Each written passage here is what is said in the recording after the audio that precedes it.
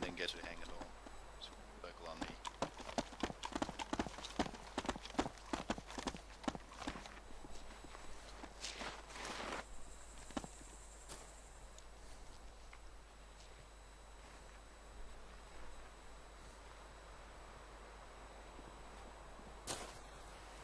Okay. Ender, can you hear me? Yep. Yes. Asking Ender. There he is. Okay, can anyone not hear me? That was a stupid ass question. Okay. Welcome to United Operations Fireteam Operations course. Fireteam Operations course is to teach you how to operate in the lowest level of combat that exists that exists where you can actually expect to defeat enemies at all. We're just going to jump right into it. Our qualifications. My name is Godhand. In real life, I've spent 2 years in the Danish Army, and overall, I've also spent 5 years in the Danish National Guard as anything between private and a platoon second in command, and primarily done in infantry roles, so I should be pretty good at this, even though Danish doctrine is slightly different from American, but I'm still teaching you American doctrine, guys. And then we have Varrox. I'm not even sure if he has military experience, but Varrox proven to be a good instructor and very knowledgeable about tactics in game here. You want to say anything about yourself, Varrox? I'm but a mere cadet, so no real military experience. Cadet. Works. Okay. So, I'm looking at my lesson plan here. So first off, what we're going to do now is talk about the fire team and the fire team's role, the fire team's composition. First off, as I just said, a fire team is the lowest level group within a squad capable of effectively engaging the enemy through the force of arms and violence of action. And it consists of all the assets necessary to accomplish many variations of tasks and not limited to one standard, as the situation will dictate as to the overall composition. The standard infantry fire team consists of 4 persons, and they have well-defined roles, just as any other unit within the military. You have very well-defined roles. And if you pay attention to your slot screen, you already know the names of these 4 roles, and they are... Polinius, what are they? AR, Grenadier, Rifleman, and Team Leader. Yes, sir. Okay. First off, we're going to talk about the roles of each man, because he has a clear set of clearly defined set of roles within a fire team. First off is the team leader. He's, of course, the most important guy here, and that's also why whenever he dies, someone should immediately take over as team leader. Just say, I'm taking lead. So people know, okay, we still have a team leader, because if you don't have a team leader, things are going to get fucked. First off, the team leader. The fire team leader is the lowest level of leadership within a platoon, and he has the role that does the most amount of individual supervision and participate in the fight just as much as any other member of the team. Their focus is not squad level maneuver, but instead employment of arms within their fire team. That was a lot of mumbo jumbo, but it actually means that the team leader, as just said, is the lowest level of leader. So there is no leaders below the team leader.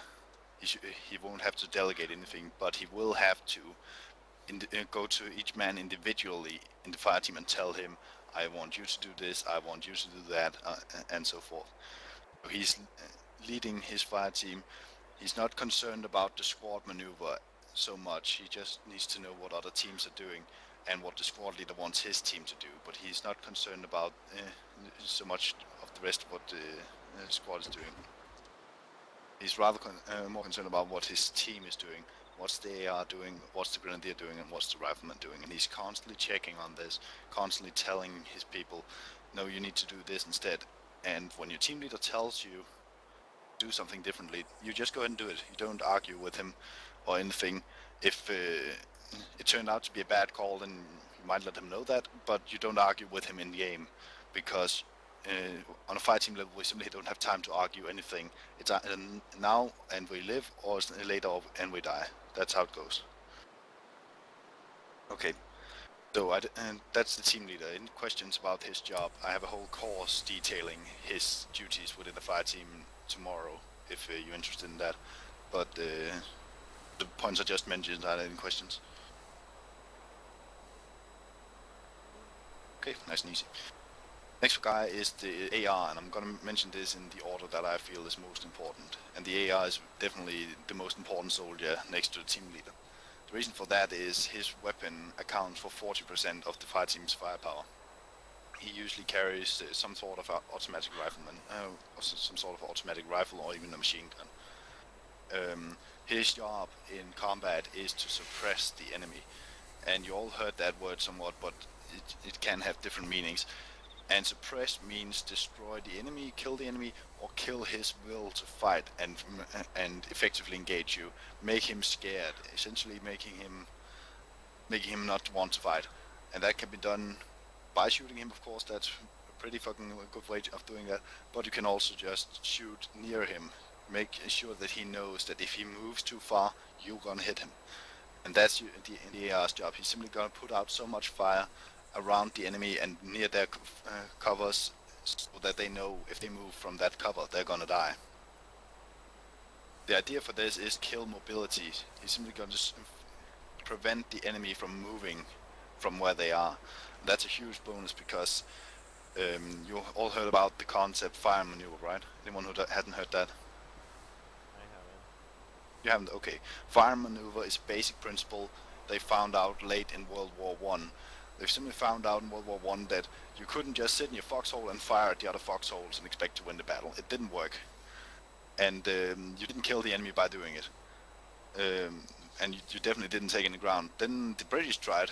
Okay, we're just going to maneuver then. And then they just moved their armies over no man's land into the enemy foxholes. Got slaughtered. That didn't work either. So the Germans found out you had to use fire and maneuver. You simply had to have elements firing and other elements maneuvering while the enemy was suppressed, hiding in his foxhole. Then you could move up to his foxhole and take him that way. That's a basic concept, and the saying is fire without maneuver is inconclusive, meaning if you just fire, you won't achieve anything. Movement without fire is disastrous, meaning if you move and no one is providing suppressive fire, you'll die. Make sense? Yep. Yes. Okay. And that concept is used all the way from the body team, the two-man body team, all the way up to the fucking brigade level. So you always want to employ this principle whenever you do anything. And if you're not firing, then you're securing. That means you're watching for enemies ready to fire if they show their faces. Okay.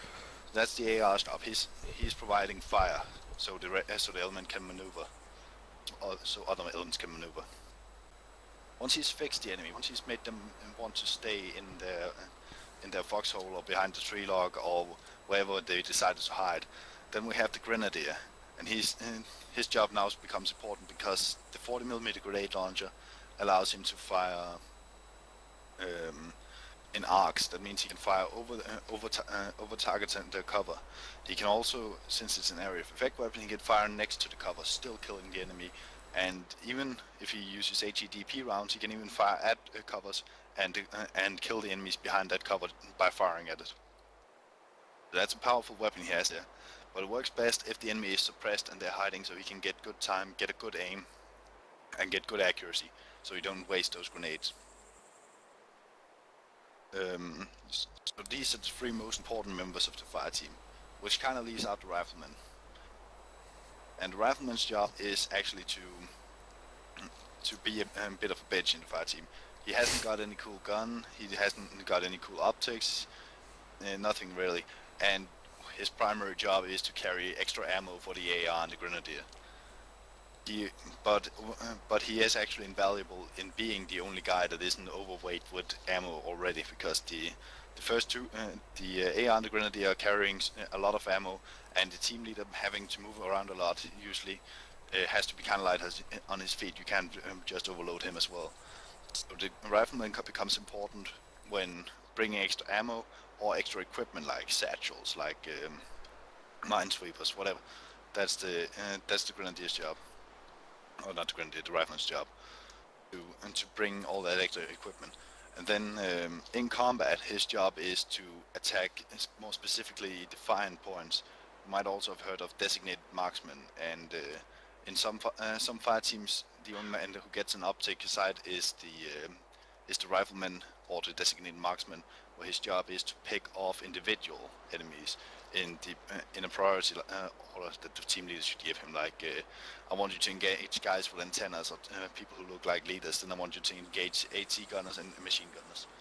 That's his order of kills, and that's what he focuses on. Whenever you do start an engagement, you tell the AR you want traversing fire. You tell the grenadier, I want you to focus on bunched up targets, and rifleman, I want you to focus on leaders and machine gunners, for instance. That's his job in combat, and keep making sure the automatic rifleman is fed with bullets. Any questions on the roles and composition of a fire team? Yes, who carries the AT, the grenadier? No, the rifleman, since he doesn't really carry anything else. But AT, whether a fire team has AT, that's depending on the situation. If you're expecting tanks, then yeah, give the rifleman an AT. If you're not overloaded already, then give the grenadier an AT too. Might even give the team leader one, depending on the tank threat. But as a standard, no, you don't have AT in a fire team. You have it on platoon level in the weapons squad. Any other questions? Okay, within a fire team, we have something called body teams, and that's what allows the fire team to work as a fire maneuver element. And a body team consists of 2 men, and we'll designate them Body 1 and Body 2. Body 1 being the team leader and the grenadier. Those 2 are buddies, they stick to each other. The grenadier being a more independent man and will usually be able to handle himself if the team leader has to move somewhere else. Whereas the AR and the rifleman are Body 2. Since the rifleman already most likely carries extra ammo for the AR, they might as well stay together so they can the rifleman can feed ammo, and if the AR has to reload, the rifleman can cover him, since it takes longer to reload an AR than a rifle. So remember those body teams. I even want to write them down. That Body 1, team leader and grenadier. Body 2, AR and rifleman. We're going to use them later on when we start doing fire and maneuver, which we're going to be doing a lot in this course. Any questions so far? Nice. Okay. The next thing is what's called the order of march. And the order of march is a very fancy way of saying which order we're going in, who's going first. There are several ways to organize an order of march, and that should be up to the team leader to identify which order of march makes sense depending on the situation. In many scenarios, the team leader would want to be going first because he knows the route we're taking and he knows what to look for. In the Canadian military, the standard is to set the AR up front, since he has the big ass gun, so if he finds anything he can just hose him down with 200 rounds of 5.56. And in Denmark we like to send a grenadier up front, since he has a rifle, but if he sees something bigger he can also use the 2 or 3 at them. So there's a lot of ways to do that. The standard order of march, I would say, should, since I'm Danish, should be the grenadier, team leader, AR and rifleman if you're doing what's called a column of single file. We're going to get to that later, but it's just something to think about all the time. Depending on situation, you want to change your order of march, and that's simply your places in the formation. What you don't want to compromise when you're changing places is your body teams. You want to make sure they stay next to each other whenever you move them around. Make sense? Yes, sir. Okay, now we're starting to get to some more fun stuff. That's communicating contacts. And communicating contacts is your most important job in some situations. It's the only thing that lets your buddies know and your team leader know and your squad leader and your platoon leader know what the fuck is going on.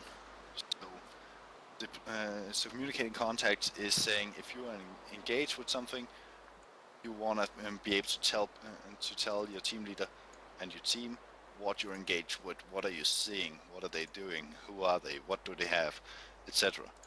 And they can be done on several different levels. They can be done all the way down at just saying contact. That's your first word that should come out of your mouth if you're hearing or seeing enemies. Contact.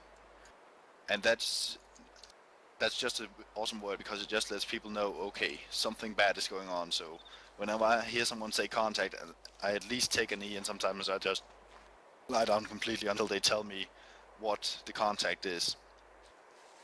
So if you're moving around in column formation, you're walking nice and sure someone say contact, oh shit, what's going on? And that's where you want to add information because your team knows shit, something's going down, we're probably gonna die since we're in contact. Then you want to add information like direction. First off, you want to give direction, and you can do that easily. If you hear enemy fire or see enemies, then you can easily say contact left, contact right, contact front, contact rear. And that's a huge bonus because then instead of me just lying down when I hear contact rear, then I'll take a knee and turn around looking behind me. And if there's someone behind me, I can even start moving to get a position where I can see what's behind us. That's a huge bonus right there. Then the next thing you want to communicate is range. First off, with the direction, you want to be as accurate as you can reasonably do. So if you don't know anything else that someone's shooting from your left, then it's okay, just say contact left. But if you see the actual contact, then you can say contact left, then get a direction, bearing 360 or bearing northwest. That's just as good, because then people know, okay, that direction out there somewhere. Then you say the distance, and you do that the easiest way by saying near, middle, or far. Near being enemies within 200 meters, middle being between 200 and 400 meters, and far being beyond 600 meters. The reason we have divided it that way is because when an enemy is near, then all weapons we have will be 100% effective against them. Our 5.56 weapons will work, even our fucking carbines will work, grenade launchers are optimal, all that shit is good. But the same goes for the enemy. He has no weapons that will not work at 200 meters. And that's why that's near. Middle is the ground where some weapons start losing effectiveness. For instance, 5.56 starts to be pretty crappy at 500 meters. You have to fire more than one round to get actual hits on targets from that distance, and the round will have lost so much energy that won't necessarily hurt the guy you're hitting that much. So that's a factor you want to take into account. Then far, when the target is far away, our 5.56 weapons are useless. We might as well just drop them on the ground and find something else to shoot with, because we won't hit them when they're far, when they're more than 600 meters away. And we can only use our 7.62 weapons or machine guns. Some of our AT weapons will be able to reach that far out, but it's pretty useless to start engaging, and that's why I want to mention they're far, because then I'm not gonna sit here and suppress towards an enemy that's far away, because I simply won't hit them. And far away is further away than the near trees in this direction. And directly to our west, you see some trees pretty near. That's farther away than 600 meters, or they're closer than 600 meters. So you can tell why you wouldn't want to bother with that. That's important you mention that, if you can. Contact left, close, or contact left, near. That's right over there by the fucking control tower. Contact left, far.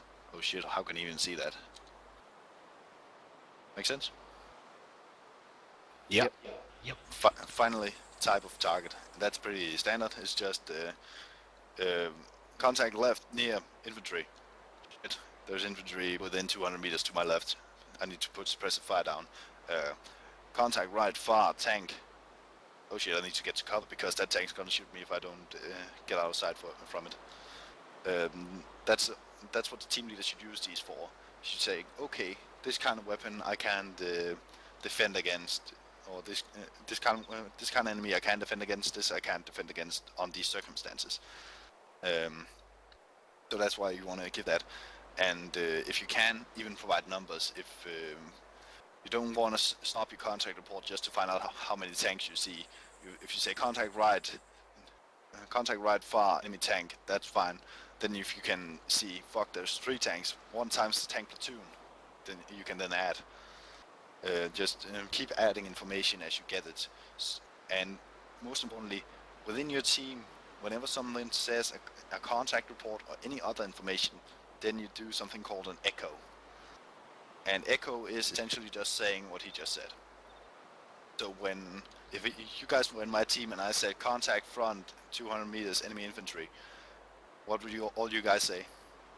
Contact front, 200 meters, enemy infantry. Yeah, do that now. Contact 200 meters, enemy infantry. Wait, this feels like fucking kindergarten, right?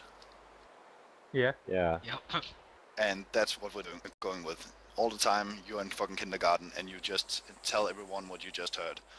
And you want to gossip about all the tanks you saw and what your team leader just said all the time. Just keep saying what everyone else is saying, because for one, it lets the people around you know, because sometimes we space out more than 10 meters, and that means that everyone within the team won't be able to hear what the team leader is saying, so that passes on information. That's one thing. Second thing is, if you say something like contact left, that lets people know that you are aware there is a contact left. Or if you're told that we're holding, and you just say holding, then and getting on a knee, that lets everyone know that you have understand we're holding and you're getting ready to set up security.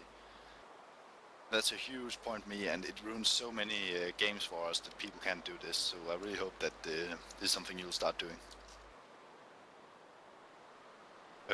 That's it for communicating contacts. Are there any questions so far? You guys are easy. Okay. So next thing is formations. And formations, there's been a lot of talk about them lately, and I think that's based on people not really understanding the purpose of a formation. Formations are mostly used for being in combat, or not being in combat, but preparing for combat, depending on what to expect and the terrain. You all learned the familiar course yesterday or earlier that our standard reaction to an enemy contact firing on us is forming a line facing him and firing suppressive fire at him until we find out what's happening. And until we find out, will we want to retreat, will we want to attack, or do we want to stay here because it's a good position? That's something you want. So that's your standard reaction, that's forming line. And line is pretty much the only formation that works in combat, because you all want to be facing the enemy and you all want to be shooting at him. That's pretty basic. But all the other formations, we talked about them in the familiar course too, are for preparing you for combat.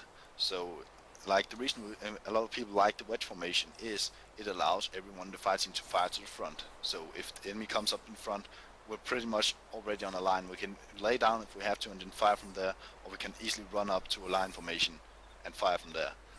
That's a good formation for that. If we can contact right, we can easily form a line that way, or contact left, easily form a line that way. We can even do it to the rear. Whereas a formation like a single file, pretty crappy if you get in contact front, but sometimes the terrain won't allow for anything else, and then you just have to do that. So formations are preparation for a situation or an enemy engagement. And we're going to be going over these formations a bit more and teaching you the roles you have within the formation. First off, we have to divide you into some fire teams. So all of you guys who can see each other as green dots, you might as well get in the same teams. So all you guys that got in the first squad, the top squad, go over here. And all the guys who got in the other squad, go to the left.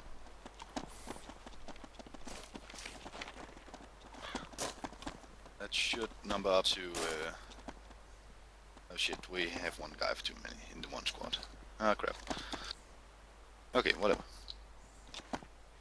Then we're gonna be forming some teams based on that. So team 1 is gonna be Vendorov, Emo, Goshko, and Mars. You're gonna go that way. And then the next team is Serpent, Polinius, Carpetto, and Drunken Scoba. You're gonna stay right here. The last guy 90, and these guys over here, that's team 3. You should all be able to hear me now, right? Yep. Yep. Okay. You want to write these teams down. I'm gonna write them down too, just to make sure that you don't forget, because I don't trust you that much. So team 1 is Mars. Who else? Gosko. Who else, guys? Come on, say your name. Kimo Dusko. and Venderoth. There it is. Yes, team 2, say your names. Serpent. Drunken Scoper. Polonius. Capito. Last guy, what's your name? Capito. Capito, yeah, the lean guy. Yeah. Team I'm 3, okay. say your name. Kingslayer. Kingslayer, yeah? 90. Ender. Ender? I'm Bertrand. Bertrand, you got in here, nice. Yeah, it's Okay, only that's a small. Yeah, anyway, yeah. Basically, right now we actually have a Marine squad, that's funny. And I don't have Upchuck here, who's a resident Marine. Shit. Okay, what we're gonna do now is, since I assume you all know wedge formations, find us yourself a leader real quick. Tell me who the leader is, just yell out his name, and there we go. guys don't mind. Sure. Sure. Who said that? I'll do it. Scoper. Okay. Who's I? Serpent's leading 2. Three. Who wants to be leader? I wouldn't. Who's Alright. leading one? 90? Okay, Miles. Sure. You want to do it? I'm leading one? Yeah. I'm leading one. Okay, cool, that works. If you want to take it. No, go ahead. No, I don't know how to lead. Yeah, I led yesterday at Fireteam and we got totally destroyed. Okay, team 3, what's your leader? 90? Okay. 90.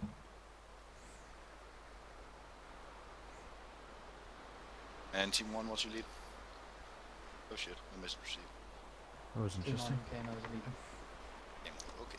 So what you're all gonna do now is form a wedge facing west. Go ahead and do that.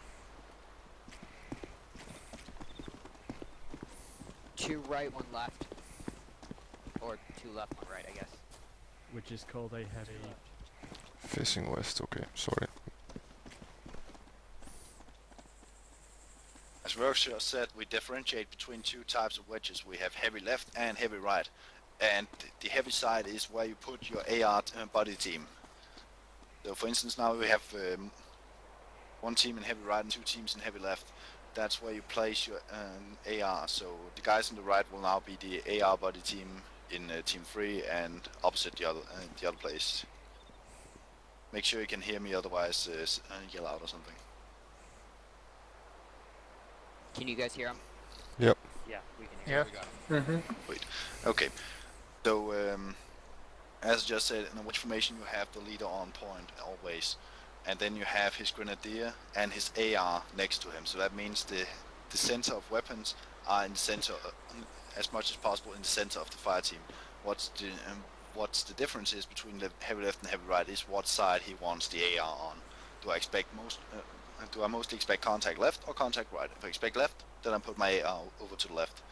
As he's a heavy guy, he won't have to. I don't want him moving around too much. I just want him to lay down and fire. And my grenadier can move around like the little bitch he is. Then, and that's pretty much it for the wedge. What you want to note is too, if you hold in a wedge, then the fire team leader has security to the front. And if he can't do that because he's reading a map or something, he tells the AR that he also has to secure the front. Secondly, the grenadier and the AR has security to the sides, so they face away from their fire team to the side. Lastly, the rifleman is watching the rear. Try and take a knee, all of you, and go ahead and do that. And that's just a thing you want to do automatically. When your fire team leader calls for a halt, you want to sit down and you want to face to the side. So Bertrand, you face to the side, and Ender, you want to turn to the right. There you go. And you want to make sure you're tied in, like, who's this? Kingslayer, you want to look to completely behind the fire team. You don't want to look at your fire team. Just want to look this way I'm looking right now.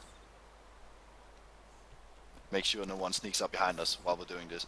If we are multiple teams working together, then we might want to not watch our rear or watch left or watch right, depending on what's going on. And then the team leader should say, or then you should say to the team leader, I'm watching friendlies right now. Okay, the team leader says, then you watch this way instead. But you also want to remember, during a halt, then you're not just sitting exactly in your formation. You don't necessarily want to do that. You want to get to a cover within your formation. So if you're in a forested area, for instance, and you're getting told to halt, then you can halt and move like 5 meters to either side in order to get to a tree or a stone or whatever that will cover you. Any questions on that? This is the part that some leaders misunderstand. They get angry when you halt because people move around, but that should be a standard reaction. Move slightly in order to get to a covered position so you don't get your ass shot off. Because a formation is for when we move, when we walk in a wedge formation and we suddenly get engaged. We're in a pretty good position to fight, but if we're halted, then we might as well get ourselves in a better position to fight. Okay, what I want you to do now is as the team leaders are, form line under your team leaders.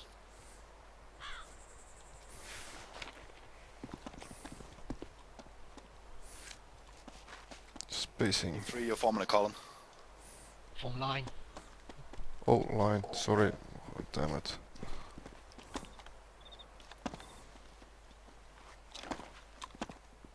It doesn't matter which side you are on. Oh, alright. Okay. Make sure your teams can hear me right now. I'm good. Remember to echo, guys. Because if they can't Oh, hear yeah. me, then they won't respond. Can you hear him? Can you guys Yes. hear him? Can you hear him? Alright, we can hear. We're all good. Okay, so this is line formation. This is your standard combat formation. Whenever you get in combat, you want to form a line facing the enemy, and you want to make sure you get in your proper body teams. We haven't assigned these yet, but once we do that, you want to make sure you are with your body in your line, so you can start moving as a body team. That means when you get in contact, you want one body team firing and another team moving. No matter if you're going forwards towards the enemy or going away from him or going to a covered position, you're going to be doing this in what's called Fireteam rushes, and that is the body teams bounding amongst each other. Any questions on the line formation?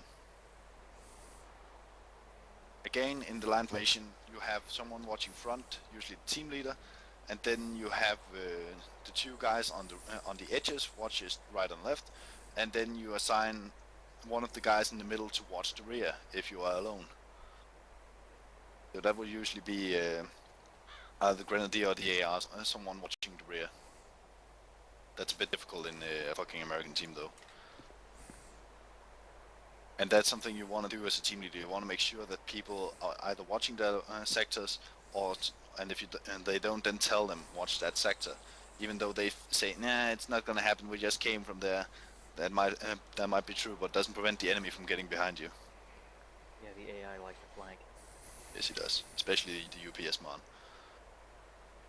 Okay, so next formation, Team 3 already tried that. That's called column or single file. Go ahead and form that on your team leaders. Call him.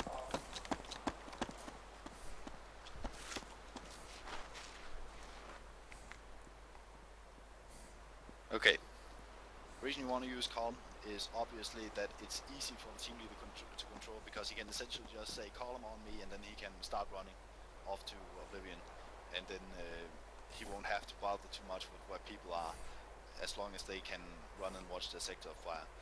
The problem with column, as we mentioned, if you get contact front, then you most likely lose your team leader, and you won't have anyone to back him up anyway before you get to run up and form line on your team leader. That's a huge minus. But the huge plus is you can move fast, you won't have to coordinate a lot, and you can easily get to where you need to go, even though there's a huge ass bunch of trees and buildings and whatever. Any questions on the column? Okay, next thing we're gonna do is staggered column. You did that yesterday, it should be pretty easy.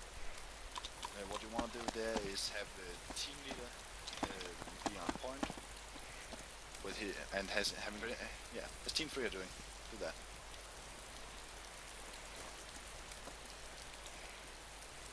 Must move to the left.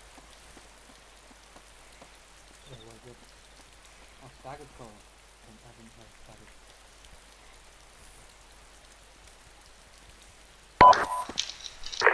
Okay, as you can see, staggered column is a beautiful formation for providing all-round security and mostly used in urban combat. When we get to urban combat, it'll probably make a lot more sense to you, since if you have a team on either side of the street or whatever, or a body team on either side of the street, that allows them to fire to the left if the enemy's coming out of a doorway, and they can fire above you easily, watch buildings above you, and the other body team can do the same. So you get more mutual support within a town or whatever you're playing at.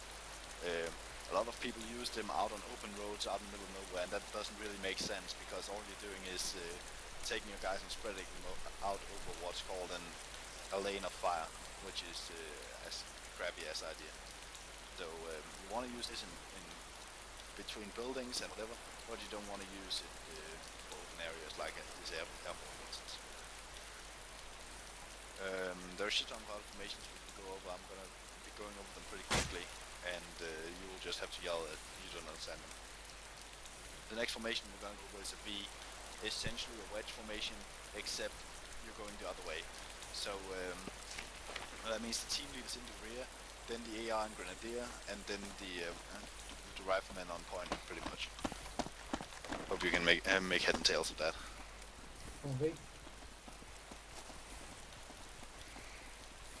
Yeah.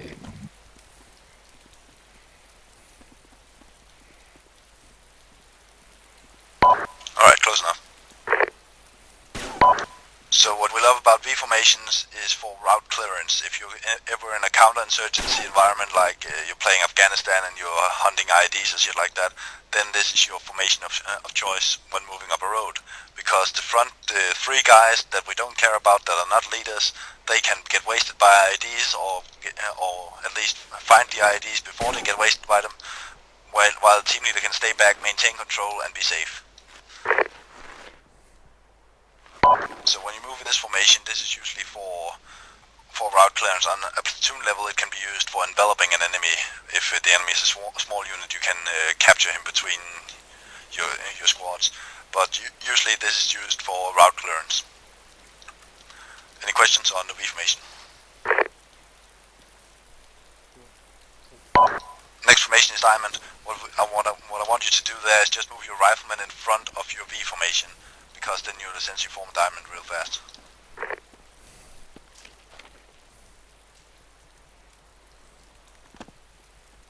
There you go. Your diamond is your standard 360 security squad formation.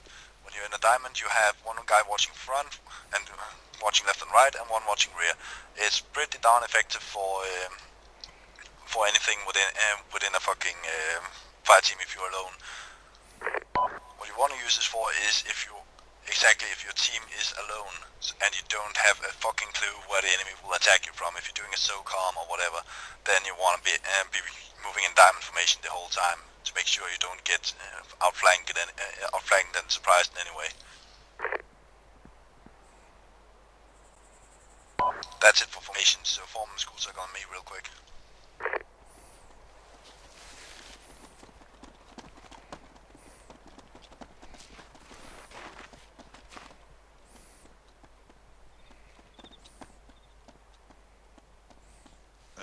The last formation I probably should have mentioned is the echelon. Can anyone tell me what an echelon is?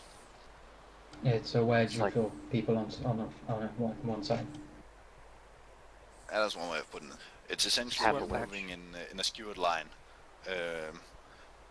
where you have the advantage of a wedge, except you only expect contact on the left or the right, for instance. Then you form up a line facing where you expect the enemy, but you're still walking in another direction. Is there anyone who can't imagine this and needs to see it? Okay, nice and easy. Though echelon, very rarely used. If you use it, it's usually because the squad leader will say he wants the squad on a line, but he wants the teams on echelons right and left, and that looks like a squad wedge formation. And many squad leaders make the mistake of thinking they have to be in the center of that. They don't. You just align the teams according to each other, each in an echelon, and then they can move with one team's firepower to either side. Okay. The next phase is action on, and we discussed actions on earlier on in the Fireteam in Familiar course. We only talked about the initial action on, which is form line facing the enemy and shoot at them. There's a fancy word for being on a line shooting at an enemy. Do you know what that is? Getting online. No one? Okay. It's what we call a base of fire. That's essentially what you're doing when you just lie down somewhere and start firing. That's forming a base of fire. And it's a consideration you want to make as a leader when you get into a contact. Is this a good place for a base of fire? Am I in cover? And can I attack the enemy? Or is the enemy not too many that they'll just overwhelm me and kill me? Then you want to form a base of fire. So for instance, if you take contact in a tree line, yes, this is a pretty good place for a base of fire. I can shoot out in the open where the enemy is, and the likelihood of, and I can easily get away from here if the enemy turns out to be too many, because I can just run into the forest. Whereas an open field is a crappy ass base of fire. That's where you're gonna die. And if you are in that situation where you can't form a base of fire, you have to make a choice. Are you going to go offensive or defensive? Are you going to attack the enemy or defend against the enemy? And the only time you want to go offensive is if there's cover in front of you that you can move to while doing a fire maneuver, or if the enemy is fewer than you, and they can be no more than 2 enemies if you are to attack them as a fire team. Okay. And the reason you can have more than 2 enemies, does anyone know that? Anyone heard the 3-to-1 rule? Yep. Fix, find, fuck up. Nope, that's the 4 Fs. No, the 3-to-1 rule. Anyone heard that? It's No, I haven't. You need to outnumber the enemy at least by 3 to 1 if you want to make an attack. Yes. The reason for that is if you're less than 3 times as many as the enemy, you will die. 90% of the time, that's what happens in battles. There are rare cases where clever tactics has prevented that from happening, but that's above fireteam level. Most likely case, even if you attack 2 enemies as a fireteam, you will probably bleed to death with most of your team, only one of the team members surviving the attack. So it's not always the best option to just attack as a fireteam. You want to attack as a squad or more, usually, but you can decide to attack as a fireteam if you feel that you will expose yourself more if you don't do it. Again, you want to do this with only facing 2 enemies or less, and not if they have too many advantages like machine guns and shit like that. But when we do that in a rush, and we're just gonna go over that right now. Fireteam rush is fucking a very simple maneuver, really, but people tend to fuck it up because they don't practice it and they don't do it in game, even though the situation calls for it, because it's easier and faster to do something else, but also more likely to get you killed. So if all the teams right here follow me real quick.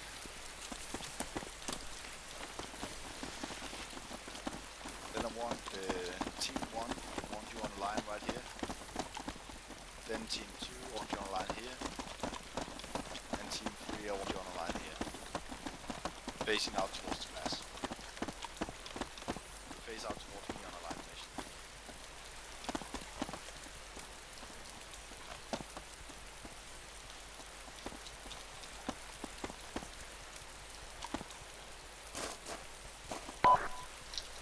Okay, so what we do when we are in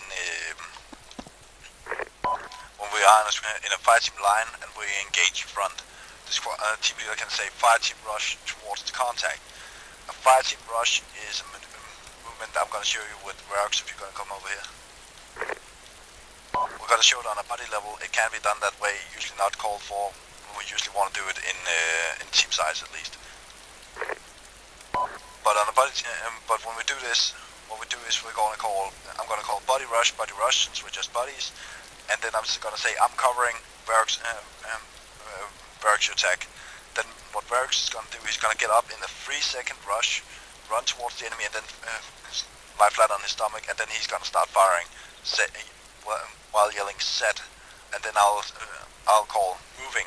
I'll move up to him, and I'll start firing, calling set, and he'll move. Any questions? I'm up, he sees me, I'm down. Yeah, that's true. Okay, Verse, contact west.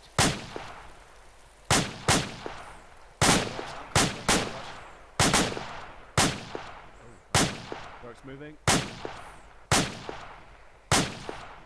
Set. Godhand moving.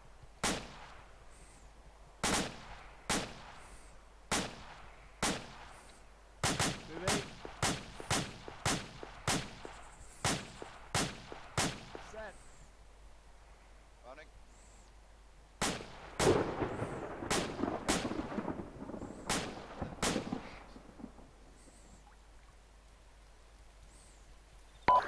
Okay, did that make sense to you guys?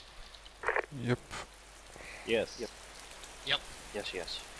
As someone said down here, it's of the basic concept of I'm up, he sees me, I'm down, and it's based on the rule that it takes a good shooter 3 to 4 seconds to acquire a target and hit it. So you moving more than 4 seconds will usually result in you getting killed, because any shooter should be able to hit you while you're running. So what I want to see right now is team leaders make sure you have your body team sorted, and then I want to see you try just bounding forward from here.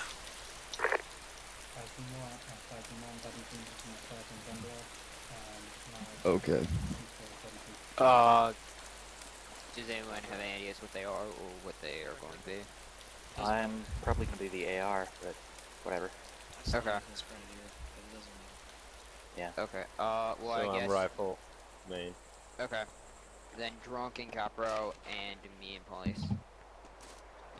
Gotcha. What number do we have? What do you mean? 90, are you saying What, something because I can't hear 5? you? What War is- 2. What's up? Oh, we are number 2. Okay. Okay, I guess we'll be buddy team, Yeah, and then they'll be buddy team. copy. And Okay, make sure you assign your body teams a number so you can say buddy Okay, 1 so and we're buddy team 2 one? and talk about the same guys. We're Team 1. Okay, we'll we're be Team 2. buddy Buddy 1. one? I guess we'll be buddy. You guys are buddy 2. Okay. Yeah, buddy cool. 1 and 2. You guys are 3 and 4. So keep spacing. I think we just need buddy 1 and buddy 2. Okay. Well, then me and you are buddy 1, and they're buddy Okay, so we're buddy 2. Okay. There 2. Okay. Okay, team 2, you talk too much. Get up online and get ready. Contact, west, southwest. Enemy infantry front. Bound to contact. Buddy team 1 set. Moving. Buddy 2, let's go. Oh, okay, got to go first. My bad. I don't want to hear you using fucking radios. I want you to communicate, talk to each Buddy other. team 1 set. Moving. If you guys keep yelling, I'm gonna shoot you. And where you go? Buddy 2 moving. Buddy 1 moving. Buddy team 1 set.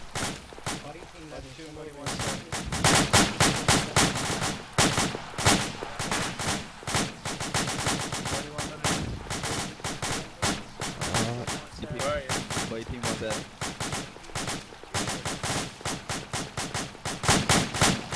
And let's move. Supposed to go like way in front of me. Down Buddy team 1 set. Moving. Ceasefire. School circle on me. 90, you have to talk. I was talking. Oh, sorry, I didn't hear you. and you have to move as a team. This guy over here, the guy waving. What? Sorry. Bound forward in groups of 2. Yeah. Over here, guys.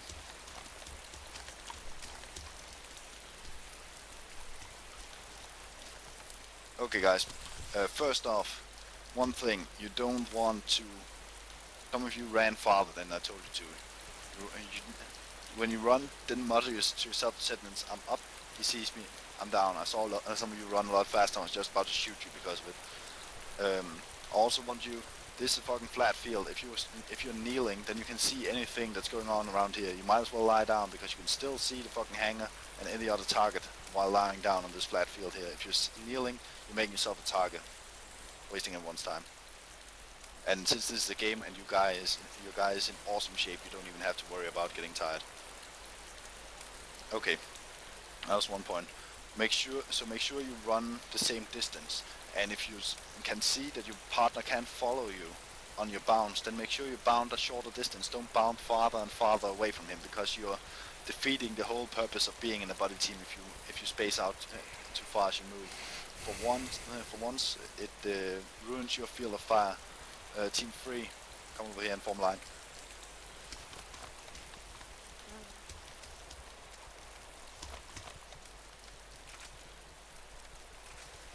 My safety won't turn off. Shift. Yeah. That's the most guard off line I ever saw Team 3. Hold on. And 90's body needs to be on the other side of him. Damn it. Sorry. There you go. So, what happens if you don't keep your spacing and at the same time don't run the same distances? Kingslayer and Ender, get over here, like you're bounding, and lie down right there. Okay. You guys over there can hear me, can you? Yes. Barely. Yeah. Get the fuck over here so you can hear me. Okay, what you notice about these two guys right now is that while Ender has an awesome field of fire, he can fire all over the place. Kingslayer can't.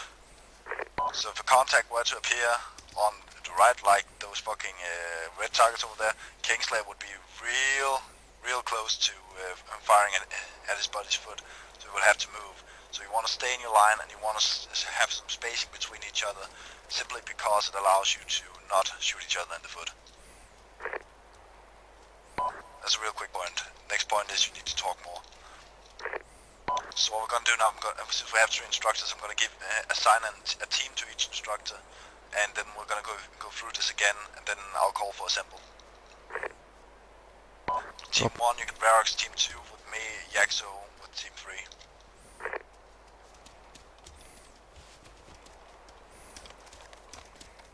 Okay, Team 2, follow me. Where's You Yaxo? can get out now, Ender. Team 1 over here, team 1 over here. Red team over here. Yaxo, Team 3 is 90. Who's go? Over here. Who's team 3? Over here. Over here. Where? Okay, awesome. Yeah. Let's go to this area. Great. What are we supposed to do? Bounding. Brilliant, Yaxo. I was Keep not at all bounding. listening. Yeah, what the fuck are we supposed to do? So bounding and buddy teams. That's what we're supposed to do. Okay.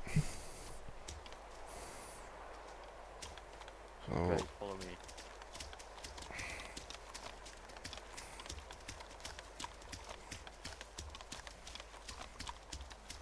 Did he already instruct you how that shit works, or what?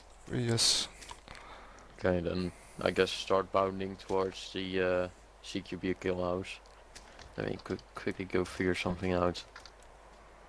So Okay, can you? So spread out in a line.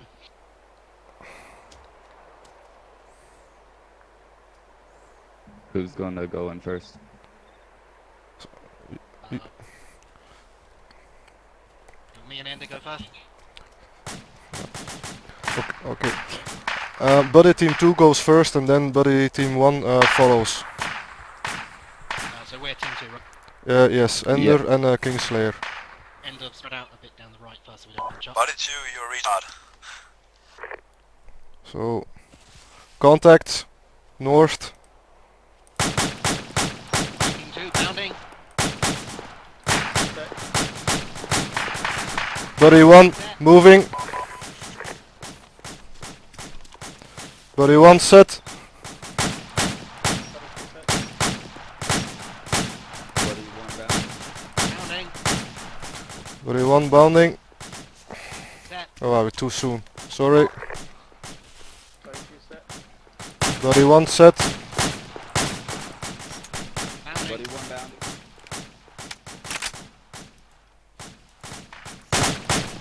Set. Buddy 2 moving. Buddy 1 moving. Oh damn it. Buddy 1 set. Buddy 1 standing. Buddy 1 set. Buddy 1 moving. 3. Yeah, I went too far. Buddy 1 set.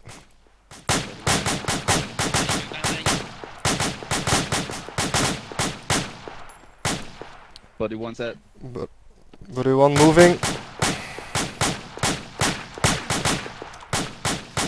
Buddy 1 set. Buddy 1 moving. Buddy 1 set. Buddy 1 moving.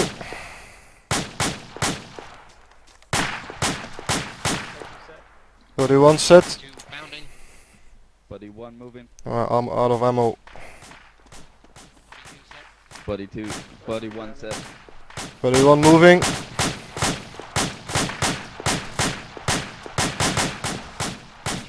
Buddy 1 set. Out of ammo. Buddy 1 moving. Buddy 1 moving. Buddy 1 set.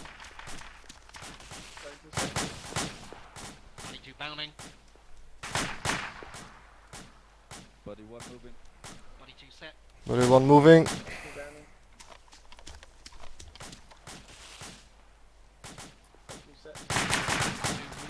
Oh, Buddy 1 moving.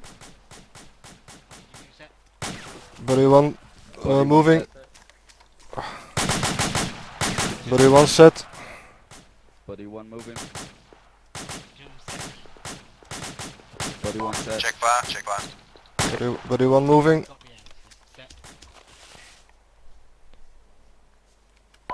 Okay, all Okay, all guys, signs on group this up net on assembly on me. the hangar. There was something wrong with the buddy 1 and Group buddy up. 2. Okay, I noticed a few things happening here. Where is that guy going? Okay, I noticed a few things happening here.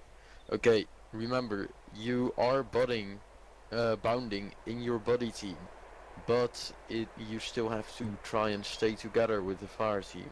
Yeah. I started noticing your bounds were out of pace. When that happens, when you notice that one team is going faster than the other, the team that's going faster, they should notice, and they might want to wait a bound, or they might want to take shorter bounds, just to make sure that everyone stays together. You don't want to have one guy, and here that was 90, still having to bound as the rest of you guys were all up ahead. Yeah. For a few bounds, so it Another seemed that thing. It looked like you guys, I'm not sure if this is correct, but it looked like you guys first got up and then started moving.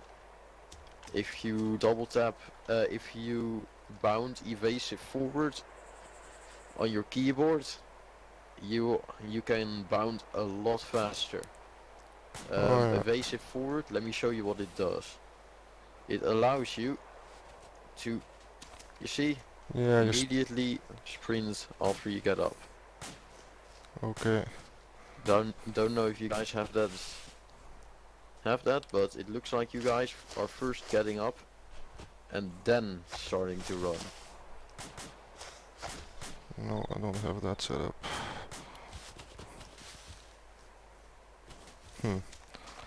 Okay, last, I noticed that your bounds were very long. Yeah, too far. It would take an enemy about maybe 3-4 seconds to acquire a target and engage it. So you really want to keep those bounds short. So, you know, this is more than enough. You might not move incredibly fast when you're bounding, but you're safe, and that's what it's all about. You don't I want to kinda- be exposed for too long. Kind of felt too that my buddy. Okay. Next off, if you know Oh. who you're bounding with, usually it's good enough to just say bound it, moving and covering, instead of saying body 1 and Yeah. body 2 in front of it. It just drags it out a lot longer. Okay, let's go back to the hangar. Yeah, sorry 90. I messed up a bit. It's okay. It's just weird sometimes because you went before I said set, but Yeah, we're getting it. that's what training is for. And remember, we're Yeah. here to train. This is where you make mistakes. That's what we're all here for. Yep.